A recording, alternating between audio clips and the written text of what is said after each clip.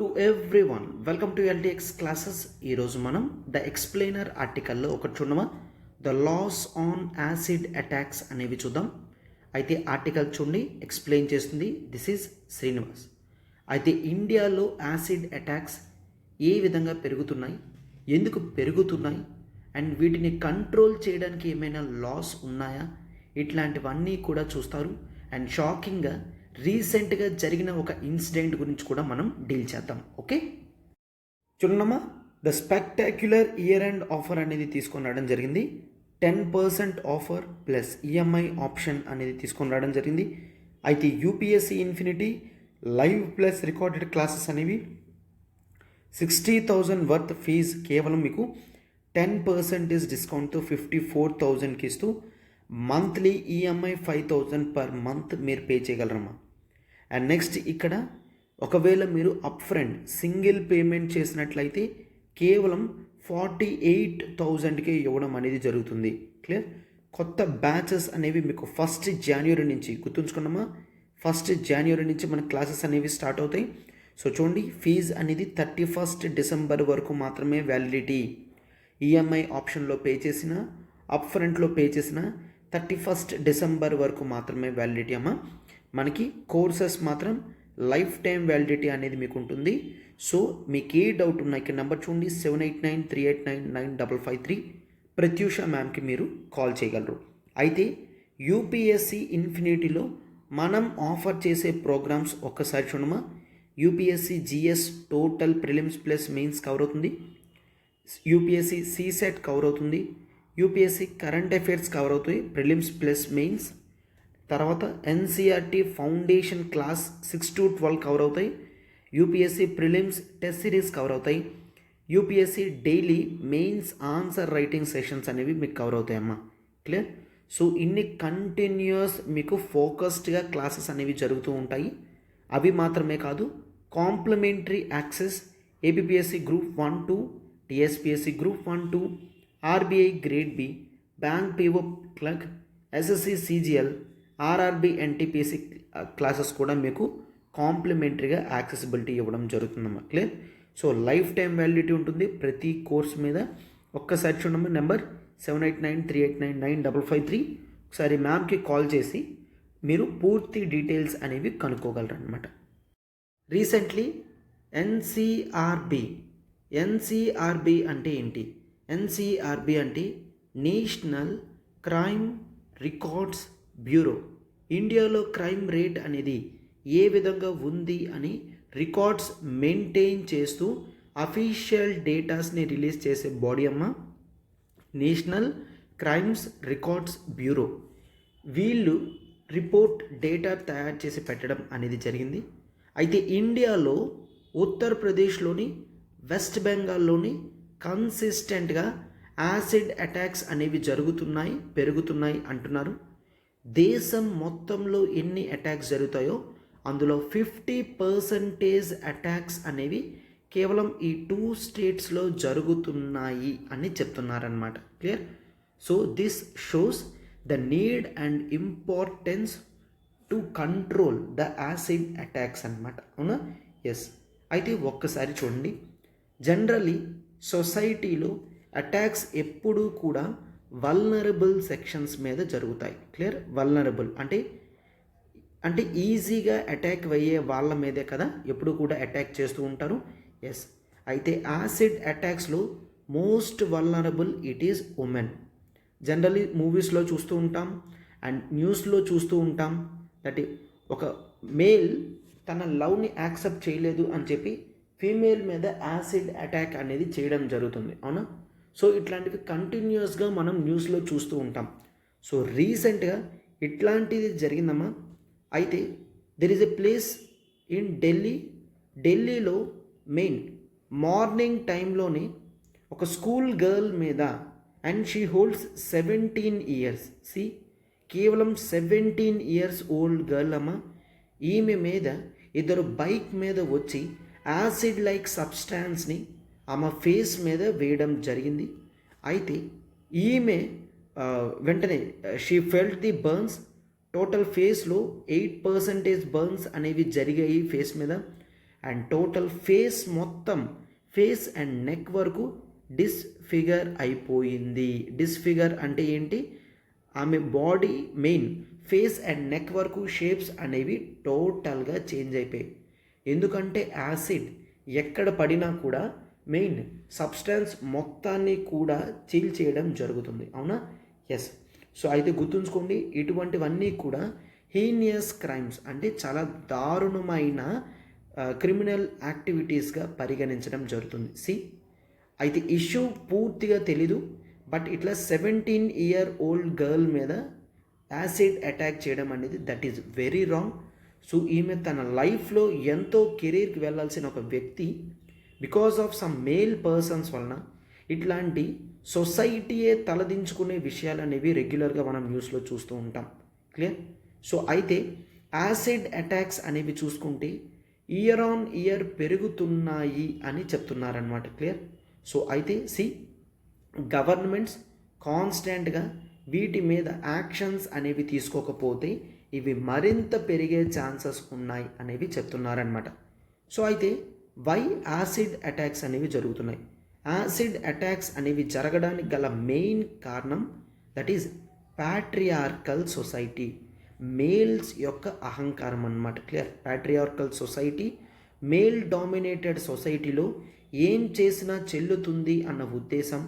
And females ఎప్పుడు males చెప్పినట్టే వినాలి, చెయ్యకపోతే ఈ విధమైన చర్యలు తప్పవు అన్నట్టుగా మేల్స్ చేస్తున్నారు. No, that is completely wrong. Patriarchal society యొక్క మైండ్ సెట్ అనేది చేంజ్ అవ్వాలి. క్లియర్? అండ్ ఒక్కసారి చూడండి, యాసిడ్ అటాక్ అనేది జరుగుతుంది అంటే ఈజీ అవైలబిలిటీ ఆఫ్ యాసిడ్ అనేది మనం అబ్జర్వ్ చేస్తున్నాం. అవునా? Easy availability of acid.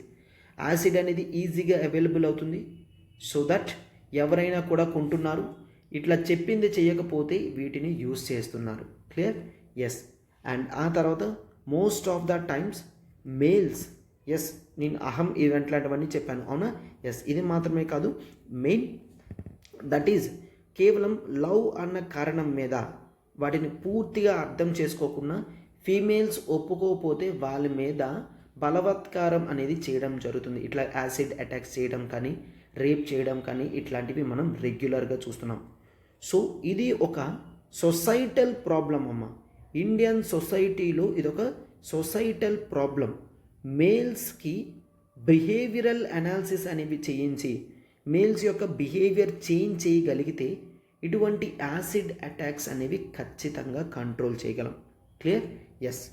అయితే ఇండియాలో యాసిడ్ అటాక్స్ని కంట్రోల్ చేయడానికి ఎటువంటి రూల్స్ ఏమైనా ఉన్నాయా అంటే అయితే 2013 వరకు కూడా యాసిడ్ అటాక్స్ని సెపరేట్ క్రైమ్ కింద చూసేవాళ్ళం కాదు, కేవలం ఐపీసీ సెక్షన్స్లో చూసేవాళ్ళం. ఐపీసీ సెక్షన్స్ 326A ప్రకారం ఎవరైనా యాసిడ్ అటాక్ చేస్తే చేసిన వ్యక్తికి మినిమం 10 years పనిష్మెంట్ అనేది ఇవ్వడం జరుగుతుంది. క్లియర్?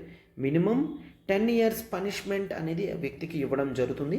10 years నుంచి మ్యాక్సిమం లైఫ్ టైం ఇచ్చే ఛాన్సెస్ అనేవి ఎక్కువ ఉన్నాయన్నమాట. క్లియర్? సో అయితే ముందు వరకు ఉన్న లాస్ అనేవి చాలా దారుణంగా ఉన్నాయన్నమాట.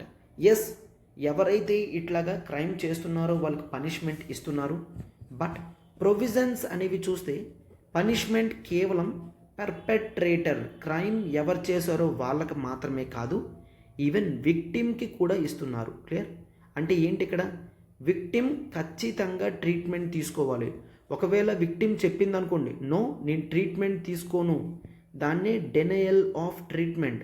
యాసిడ్ అటాక్ జరిగింది అని నేను గుర్తుంచుకోవాలి, సో ఫేస్ ప్లాస్టిక్ సర్జరీస్ కానీ ఇలాంటివి ఏవి చేసుకోను అని అంటే ఈవెన్ ఈ విక్టిమ్స్కి కూడా పనిష్మెంట్ ఇవ్వడం అనేది ఈ ఐపీసీ సెక్షన్స్లో చూస్తాం. Already she is a victim, ఆమె మళ్ళీ ట్రీట్మెంట్ వద్దు అంటే ఎక్కడైనా సరే ఈమెకి 1 year జైల్ టర్మ్ అనేది విధిస్తారంట. Clear? So this is completely outrageous అనమాట. అంటే విక్టిమ్స్ అయి ఉండి కూడా చెప్పింది చెయ్యకపోతే మళ్ళీ 1 year పనిష్మెంట్ అనేది దట్ ఈస్ కంప్లీట్లీ రాంగ్.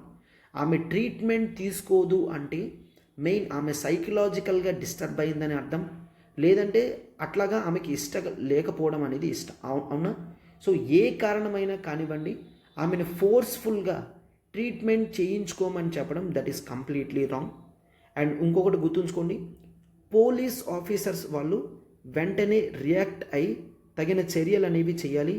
అట్లా చెయ్యకుండా మెయిన్ క్రైమ్ చేసిన వాడికి సపోర్ట్ చేసినట్టు తెలిస్తే వీళ్ళకి కూడా 2 years ఇంప్రిజన్మెంట్ ఇచ్చే ఛాన్సెస్ ఉన్నాయమ్మా. క్లియర్?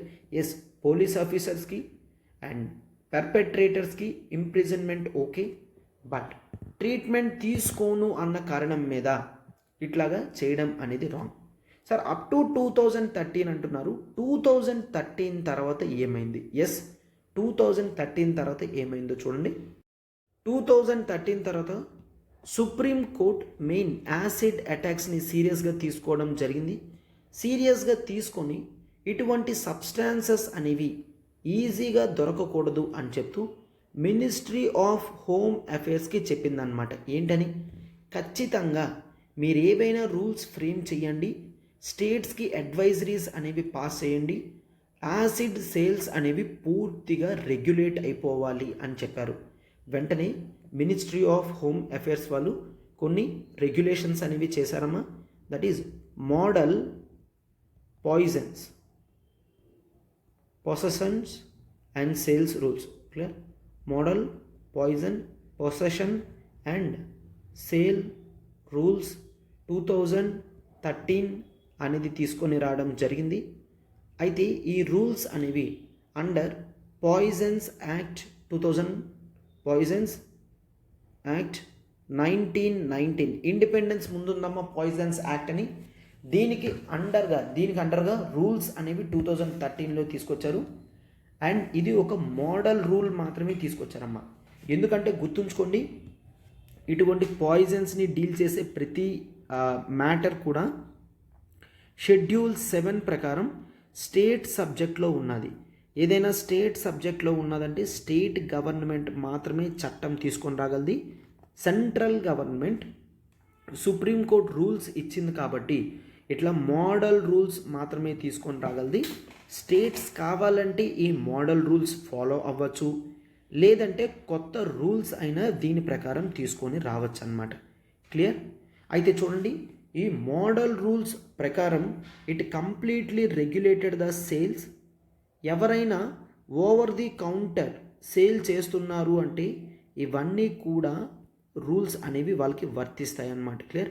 ఓవర్ ది కౌంటర్ అంటే నథింగ్ బట్ డబ్బులు ఇస్తే వెంటనే యాసిడ్ బాటిల్ ఇచ్చే షాప్స్. లైక్ ఫర్ ఎగ్జాంపుల్, మనం ఒక 10 రూపీస్ ఇచ్చి బిస్కెట్ ప్యాకెట్ ఏ విధంగా తీసుకుంటామో దాన్నే ఓవర్ ది కౌంటర్ సేల్ అని అంటారు. క్లియర్? ఒక్కసారి చూడండి, ఓవర్ ది కౌంటర్ సేల్ చేసేవాళ్ళు ఖచ్చితంగా యాసిడ్స్ ఎవరికి సేల్ చేస్తున్నారో ఒక రిజిస్టర్ బుక్ అనేది మెయింటైన్ చేయాలి. ఎవరు కొంటున్నారు, ఎందుకు కొంటున్నారు, వీలైతే వాళ్ళ ఫోటో ఐడీస్ కానీ ఐడెంటిఫికేషన్స్ కానీ వాళ్ళ ఫోన్ నెంబర్ కానీ ఎంత క్వాంటిటీలో కొంటున్నారు, కొంటున్న వ్యక్తుల యొక్క అడ్రస్ ఏంటి, ఇట్లాగా రీజన్ ప్రతిదీ కూడా ఈ రిజిస్టర్ బుక్లో ఉండాలి అని చెప్తున్నారు అనమాట. ఇంకా వీలైతే ఆ వ్యక్తి యొక్క ఐడీస్ అంటే లైక్ ఆధార్ కానీ పాన్ కానీ ఇట్లాంటివి ఏవైనా కూడా తీసుకోవాలి అని చెప్తున్నారు. అండ్ ఇట్లా సేల్ చేసిన ప్రతిదీ కూడా డిస్ట్రిక్ట్లో ఉన్న సబ్ డివిజనల్ మ్యాజిస్ట్రేట్ ఆఫీస్ దగ్గర ఎవ్రీ 15 డేస్కి కూడా రిపోర్ట్ చేస్తూ ఉండాలి. దట్ ఈజ్ మా షాప్ నుంచి ఇన్ని bottles of acid bottles sale అయ్యాయి, దాని యొక్క రిజిస్టర్ ఇది. ఇట్లా ప్రతిదీ 15 డేస్కి ఒకసారి మెయిన్ రిపోర్ట్ చేయాలి. అండ్ అన్డిక్లేర్డ్ స్టాక్ ఏదున్నా కూడా డిక్లేర్ చేయాలి. అట్లా చేయలేకపోతే ఎప్పుడైనా సబ్ డివిజనల్ మ్యాజిస్ట్రేట్ వాళ్ళు చెక్ చేయడానికి వచ్చినప్పుడు అన్రిపోర్టెడ్ స్టాక్ దొరికింది అంటే ఆన్ ద స్పాట్ 50,000 వరకు పనిష్మెంట్ వేసే ఛాన్స్ అనేది ఉందన్నమాట. క్లియర్? స్టాక్ అంతా కూడా తీసుకొని ఈ విధమైన పనిష్మెంట్ కూడా వేసే ఛాన్స్ ఉంది. ఈవెన్ రూల్స్ చెప్తున్నాయన్నమాట. మెయిన్ ఎడ్యుకేషనల్ ఇన్స్టిట్యూషన్స్ కానీ రీసెర్చ్ ల్యాబొరేటరీస్ కానీ హాస్పిటల్స్ కానీ గవర్నమెంట్ డిపార్ట్మెంట్స్ కానీ అండ్ పబ్లిక్ సెక్టర్ అండర్టేకింగ్స్ కానీ ఎవరైతే యాసిడ్స్ని స్టోర్ చేస్తారో క్లీనింగ్ పర్పస్గా కానీ ఇంకేదానికైనా వాళ్ళు రిజిస్టర్ చేసుకోవాలి ఎప్పటికప్పుడు. అండ్ వాళ్ళు బల్క్లో కొంటారు కాబట్టి ప్రతిదీ వీళ్ళే ఇండివిజువల్గా సబ్ డివిజనల్ మ్యాజిస్ట్రేట్స్కి రిపోర్ట్ చేయాలి అని చెప్తున్నారనమాట. క్లియర్? సో ఇట్లా పూర్తిగా అకౌంటబిలిటీ అనేది ఉండడం చాలా ఇంపార్టెంట్ అమ్మ. ఎక్కడికక్కడ సేల్స్ షాప్ వాళ్ళు రిజిస్టర్ మెయింటైన్ చేయడం, హ్యూజ్ క్వాంటిటీలో వాడే వాళ్ళు ఇట్లాగా రిపోర్ట్ చేయడం అనేది చాలా ఇంపార్టెంట్. క్లియర్? ఎస్. అయితే మెయిన్ ప్రాబ్లం ఎక్కడొచ్చిందంటే ఇంతవరకు స్టేట్స్ ప్రాపర్గా తీసుకొని రాలేదు. అండ్ ఆ తర్వాత ఫుల్ ఫ్లెడ్జ్డ్గా ఇట్లా మెయింటైన్ చేస్తున్నారో లేదా అని చెక్ చేసే ప్రాపర్ బాడీ అనేది లేదన్నమాట. Clear? Yes. So enforcement faults అనేవి ఉన్నాయి అని మనకు అర్థమవుతుంది. అండ్ కొత్త రూల్స్ చూడండి అమ్మా, విక్టిమ్ కంపెన్సేషన్ అనేది తీసుకొని రావడం జరుగుతుంది. అయితే ఎవరైతే ఇట్లా సేల్స్ యాసిడ్ అటాక్కి గురయ్యారో వాళ్ళకి ఇమ్మీడియట్గా 1 lakh రూపీ అనేది ఇవ్వాలి ఇమీడియట్గా. అండ్ వాళ్ళని ప్రైవేట్ హాస్పిటల్ అయితే ప్రైవేట్ హాస్పిటల్, గవర్నమెంట్ హాస్పిటల్ అయితే గవర్నమెంట్ హాస్పిటల్లో అడ్మిట్ చేయాలి. ఖర్చు అంతా కూడా గవర్నమెంటే పే చేస్తుంది. అండ్ వాళ్ళకి ట్రీట్మెంట్ అయి బయటకు వచ్చిన తర్వాత వితిన్ 2 monthsలో మరొక 2 lakhs, టోటల్ 3 lakhs అనేది ఇవ్వాలి. అపార్ట్ ఫ్రమ్ మెడికల్ ట్రీట్మెంట్ కాకుండా వితిన్ 2 monthsలో 3 lakhs వరకు కూడా విక్టిమ్ ఫ్యామిలీకి ఇవ్వాలి అని చెప్తున్నారనమాట. Clear? So and acid attack ఎవరైతే అయ్యారో ట్రీట్మెంట్ మాత్రమే కాదు, తర్వాత ప్లాస్టిక్ సర్జరీకి అయ్యే ప్రతి ఖర్చు రూపాయి కూడా గవర్నమెంటే పెట్టుకోవాలి, స్టేట్ గవర్నమెంటే పెట్టుకోవాలని చెప్తున్నారు. అండ్ ఈవెన్ స్టేట్లో highest level multi speciality hospitals ఉంటాయి కదా, వాళ్ళు కూడా 1 or 2 beds అనేవి ఎప్పటికప్పుడు ఇట్లా ప్లాస్టిక్ సర్జరీ వీళ్ళకి చేయడానికి సెపరేట్గా ఉంచుకోవాలి అని చెప్తున్నారనమాట. అండ్ ఏదైనా హాస్పిటల్ గవర్నమెంట్ ఇచ్చే ల్యాండ్లో హాస్పిటల్ కట్టినా ఆర్ గవర్నమెంట్ సహాయంతో హాస్పిటల్ కట్టినా వాళ్ళు కూడా ఖచ్చితంగా ఫ్రీ ట్రీట్మెంట్ అనేది ఇవ్వాలి అని చెప్తున్నారనమాట. క్లియర్? సో మెయిన్ ఈ విధంగా రూల్స్ రెగ్యులేషన్స్ అనేవి తీసుకొని రావడం జరిగింది. Model poisons, possessions and sales rules. అయితే ఇవన్నీ ఒక ఎత్తు అయితే మెయిన్ మరొకటి that there is requirement of change in attitude of males యొక్క యాటిట్యూడ్ అనేది చేంజ్ అవ్వాలి. అండ్ ఆ తర్వాత మెయిన్ ఎప్పుడూ కూడా ఇటువంటి క్రైమ్ సింగిల్గా చేయరు, ఖచ్చితంగా ఫ్రెండ్స్తో చేస్తారు. బట్ ఫ్రెండ్ అనేవాడు ఒక ఫ్రెండ్ గుడ్ యాక్ట్ చేస్తే మాత్రమే తనతో ఉండాలి తప్ప బ్యాడ్ యాక్టివిటీ చేసిన ప్రతిసారి కూడా ఏ ఫ్రెండ్ కూడా పక్కన ధైర్యంగా ఉండకూడదు. క్లియర్? ఫ్రెండ్స్ అనేవాళ్ళు ఖచ్చితంగా మిగతా ఫ్రెండ్స్ చేసే బ్యాడ్ యాక్టివిటీస్ని ఆపాలి, అంతేకాని వాళ్ళతో పాటు సహాయంగా వెళ్ళకూడదు. ఎందుకంటే వాళ్ళతో పాటు సహాయంగా వెళ్తే వీళ్ళ మీద కూడా కేసెస్ పడతాయి. And it is not the thing, friendship యొక్క మీనింగ్ అనేది పోతుంది. అవునా? ఎస్. ఒకవేళ నిజంగా ప్రాపర్ బిహేవియరల్ చేంజెస్ అనేవి చూస్తే యాసిడ్ అటాక్స్ అనేవి సచ్ దట్ వాటిని కంప్లీట్గా జీరో చేసేయచ్చమ్మా. క్లియర్? అండ్ ఇదొక డిసీజో ఇంకేదో కాదు జీరో అవ్వకపోవడానికి. టోటల్గా ఇండియా మొత్తం కూడా బిహేవియరల్ చేంజెస్ అనేవి వచ్చాయంటే, సొసైటీ ప్రాపర్గా ఉన్నది కంట్రోల్ చేస్తుంది అంటే కంప్లీట్ యాసిడ్ అటాక్స్ అనేవి జీరో అయిపోతాయన్నమాట. క్లియర్? సో అయితే లాస్ట్లో ఒక మెయిన్స్ బేస్డ్ క్వశ్చన్ కూడా నేను ఇస్తాను, దాన్ని మీరు ఆన్సర్ చేయండి అమ్మా. అల్టిమేట్ ప్రిలిమ్స్ క్రాష్ కోర్స్ అనేది మనం లాంచ్ చేయడం జరుగుతుందమ్మా. 1st January నుంచి క్రాష్ కోర్స్ లాంచ్ చేస్తున్నాము.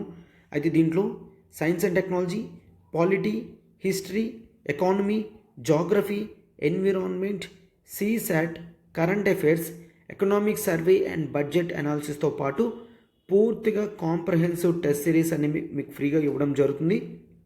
ఒక్కసారి చూడమ్మా, నెంబర్ 7893899553. మీకు ఏ డౌట్ ఉన్నా కూడా ప్రత్యూష మ్యామ్కి కాల్ చేసి డౌట్స్ అనేవి అడగగలరు.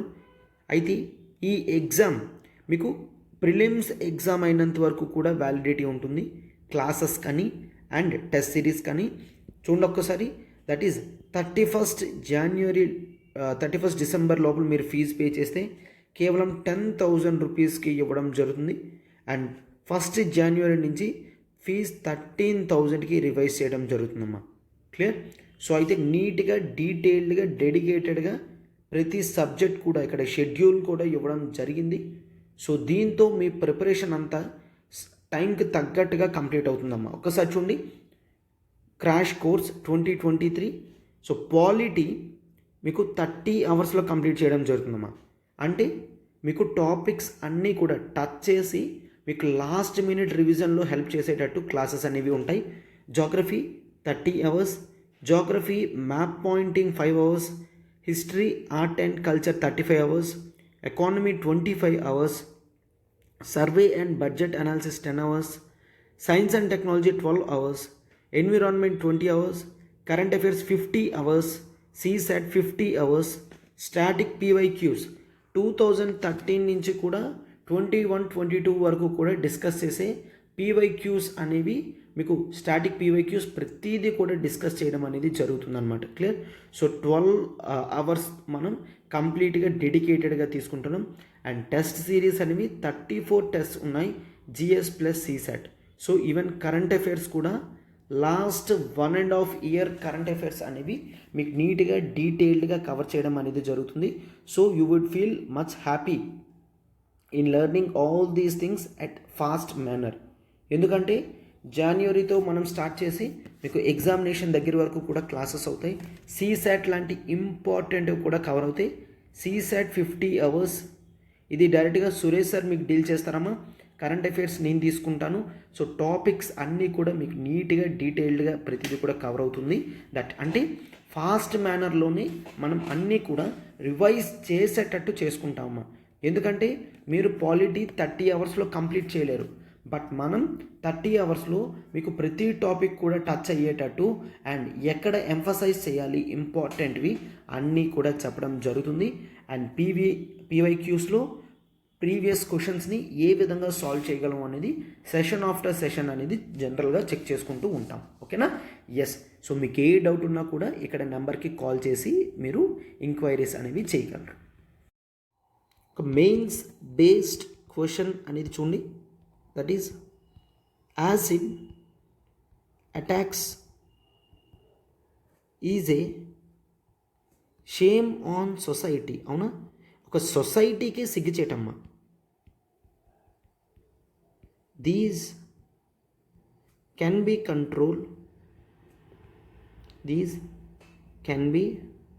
Control through behavioral changes. Clear? Analyze and mention the rules on acid attacks. Clear? Acid attacks కి ఎటువంటి రూల్స్ రెగ్యులేషన్స్ ఉన్నాయో మనం క్లాస్ ఏదైతే చెప్పుకున్నామో దాని గురించి మీరు రాస్తే సరిపోతుంది. అయితే టోటల్ ఇది 150 వర్డ్స్కి 10 మార్క్స్కి ఆన్సర్ అనేది మీరు రాసి పెట్టండి అమ్మా. క్లియర్? ఎస్. చూడమ్మా, స్పెక్టాక్యులర్ ఇయర్ ఎండ్ ఆఫర్ అనేది ఆఫ్లైన్ UPSC ఆఫ్లైన్ కూడా ఇవ్వడం అనేది జరిగింది. విశాఖపట్నం, హైదరాబాద్ మనకి బ్రాంచెస్ అనేవి ఉన్నాయి. అయితే ఫీజ్ అనేది 63,000 రూపీస్కి ఇవ్వడం జరుగుతుందమ్మా. 70,000 ఇది 10% డిస్కౌంట్తో. అప్ ఫ్రంట్ అంటే సింగిల్ టైం పేమెంట్ చేసినట్లయితే 70,000 కాస్త 56,000కి ఇవ్వడం జరుగుతుందమ్మా. క్లియర్?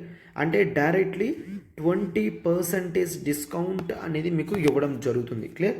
సో 31 డిసెంబర్ వరకేనమ్మా ఫీజు. ఒకవేళ పే చేయాలనుకుంటే మీరు సింగిల్ అమౌంట్ కట్టాలి అనుకుంటే కేవలం ఈ 31 డిసెంబర్ వరకు మాత్రమే వ్యాలిడిటీ. ఎందుకంటే 1 జనవరి నుంచి కొత్త బ్యాచెస్ అనేవి స్టార్ట్ అవుతున్నాయి. సో లైఫ్ టైం వ్యాలిడిటీతో మనకు క్లాసెస్ అనేవి కండక్ట్ చేస్తాము. ఒకసారి చూడండి, 7893899553. క్లియర్?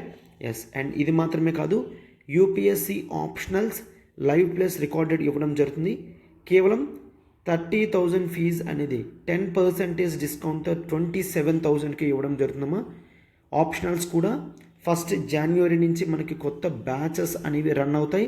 సో 30,000 ఫీజ్ కాస్త 24,000కి మీకు అప్ ఫ్రంట్ పేమెంట్తో ఇవ్వడం జరుగుతుంది. సో EMI ఆప్షన్స్ అయినా అప్ ఫ్రంట్ పేమెంట్స్ అయినా మీకు ఆఫర్ అనేది ప్రొవైడ్ చేయడం జరుగుతుంది. సో అయితే మనం ప్రొవైడ్ చేసే ఆప్షన్స్ ఉన్నామా, PSIR, PubAd, sociology, anthropology, Telugu literature provide చేయడం జరుగుతుంది.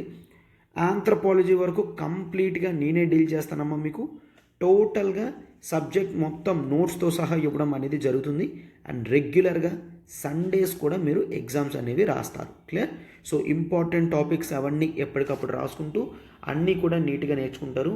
ఈవెన్ ఆంథ్రపాలజీ ఆప్షనల్ మాత్రమే కాదు, టెస్ట్ సిరీస్ కూడా సపరేట్గా మనం లాంచ్ చేయడం అనేది జరిగింది. మీకు ఆప్షనల్స్ గురించి ఏ డౌట్ ఉన్నా నాతో మాట్లాడాలనుకున్నా కూడా మీరు మాట్లాడగలరు. సో ఈ నెంబర్ చూడమ్మా, 7893899553. మ్యామ్కి కాల్ చేసి మీరు డౌట్స్ ఏమున్నా కూడా అడగగలరు. సో 1 జనవరి నుంచే కొత్త బ్యాచ్ స్టార్ట్ అవుతుంది కాబట్టి డిలే చేయకుండా వెంటనే క్లాసెస్లో జాయిన్ అవ్వండి అమ్మా. The ultimate UPSC current affairs ఒక్కసారి చూడమ్మా. కేవలం 500 రూపీస్కి ఎవ్రీ మంత్ మీకు లాంచ్ చేయడం జరిగింది. సో మీ కరెంట్ అఫైర్స్ ప్రిపరేషన్ అనేది పూర్తిగా కంప్లీట్ అవుతుంది. సో 500 రూపీస్ కట్టి మీరు ఒకసారి క్లాస్ చూస్తే మీకు నచ్చినట్లయితే నెక్స్ట్ మంత్ నుంచి కంటిన్యూ అవ్వచ్చు. మీకు 500 రూపీస్కి 1 మంత్ వ్యాలిడిటీ అనేది ఇవ్వడం జరుగుతుందమ్మా. క్లియర్? సో మీకు నచ్చినట్లయితే ఈవెన్ లైఫ్ టైం వ్యాలిడిటీకి కూడా మీరు కొద్ది అమౌంట్ పే చేసి సబ్స్క్రిప్షన్ అనేది తీసుకోగలరు. అండ్ నెంబర్ చూడండి, 7893899553. ఒకసారి మీరు మ్యామ్కి కాల్ చేసి ఇంకా ఇన్ఫర్మేషన్ కనుక్కోగలరు. లైవ్ క్లాస్ షెడ్యూల్ కూడా నేను ఇక్కడ చూపిస్తున్నానమ్మా, మీకు డౌట్ లేకుండా. ఎవ్రీ సండే ఎగ్జామ్ జరుగుతుంది, ఫాలోడ్ బై మండే దాని యొక్క ఎక్స్ప్లెనేషన్ అనేది జరుగుతుందమ్మా. Tuesday Yojana plus Hindu, Wednesday Hindu plus Kurukshetra, Thursday Hindu plus Yojana, Friday Hindu plus Kurukshetra, Saturday weekly PIB analysis and down to earth explanation classes అనేవి మీకు సాటర్డే జరుగుతాయి. ఇక్కడ నెంబర్ చూడండి, 7893899553. ప్రత్యూష మ్యామ్కి కాల్ చేసి మీరు ఈ సబ్స్క్రిప్షన్ అనేది తీసుకోగలరమ్మా.